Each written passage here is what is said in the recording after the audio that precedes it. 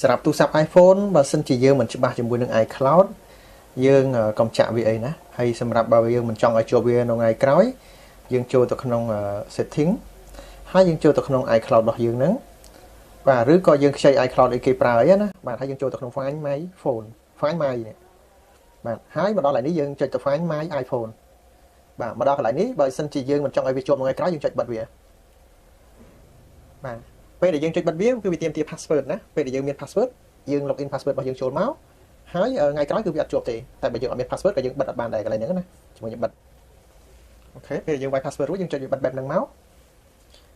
ឃើញទេតែពេលវាបិទចេះនេះ Find My iPhone off អញ្ចឹងថ្ងៃក្រោយគឺអត់ជាប់ទេណាហើយយើងថយមកប្រើធម្មតាវិញមកហើយ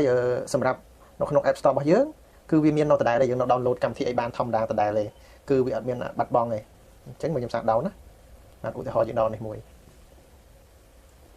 អូខេគឺយើងនៅ down បានធម្មតាដដែលអត់មានប៉ះពាល់ជាមួយការ download របស់យើងទេគ្រាន់តែទូរស័ព្ទហ្នឹងគឺអត់ជាប់ iCloud ទេអញ្ចឹងបងប្អូនបើមិនចង់ឲ្យជាប់ថ្ងៃក្រោយបងប្អូនអាចប្រើវិធីនេះបាន